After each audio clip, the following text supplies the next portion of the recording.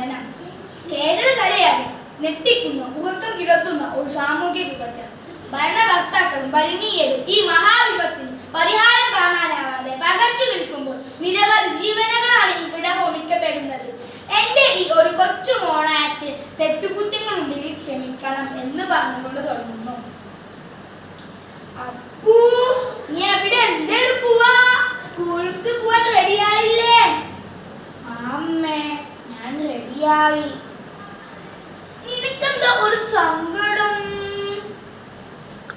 അതമ്മേ, ഇന്ന് എന്റെ പിറന്നാളല്ലേ, അമ്മ മറന്നു പോയല്ലോ. അമ്മന്റെ പൊന്നിന്റെ പിറന്നാള് എങ്ങനെ അമ്മ മറക്കുക? അമ്മയില്ലേ, മുതലാളിയോട് കുറച്ച് കാശ് കടം വാങ്ങിയിട്ടുണ്ട്, നമുക്ക് വൈകിട്ട് ആഘോഷിക്കാം. ഇപ്പൊ നീ സ്കൂൾ പോയിട്ട് വാ. ശരി അമ്മേ.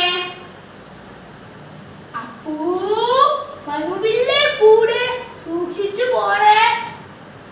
ഉണ്ടമ്മേ.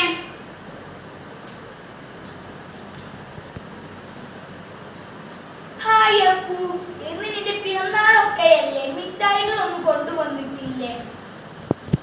ഹായ് മനു, ഇന്ന് ഞാൻ മിഠായി ഒന്നും കൊണ്ടുവന്നിട്ടില്ല, അമ്മയുടെ കാശില്ലായിരുന്നു, നാളെ തരാം.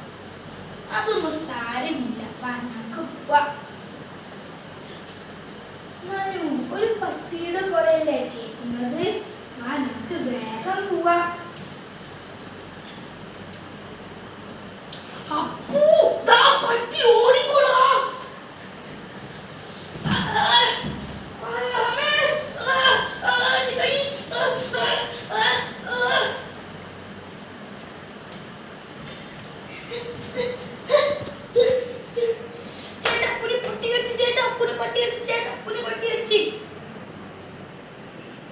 നമസ്കാരം. പ്രധാന വാർത്തകൾ.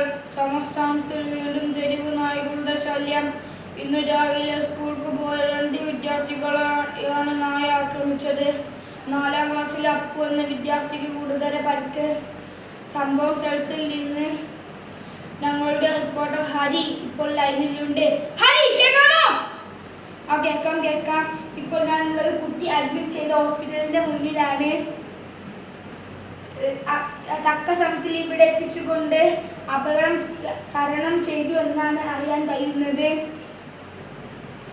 ഈ വിവരം അവന് പഞ്ചായത്ത് പ്രസിഡന്റും നാട്ടുകാരും ഇവിടെ എത്തിയിട്ടുണ്ട്. അദ്ദേഹത്തിന് എന്താ പറയാനുള്ളത് നമുക്ക് നോക്കാം.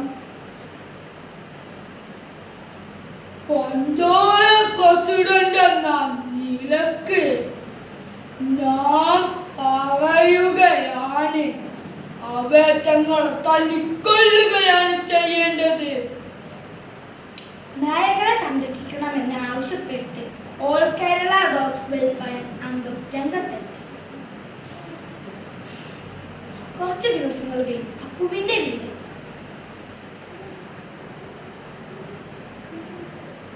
അപ്പു ഈ കഞ്ഞി കുടുക്കി.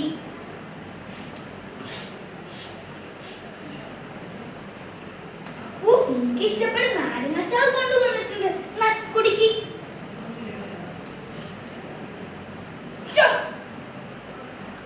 എന്തുകൊണ്ടാ നീ ചെയ്തത്? ആകെ ഇത്തിരി അരി ഉണ്ടായിരുന്നുള്ളൂ, അത് വെച്ച് ഞാൻ കുറച്ച് കഞ്ഞി ഉണ്ടാക്കി. എന്തുവാടോ?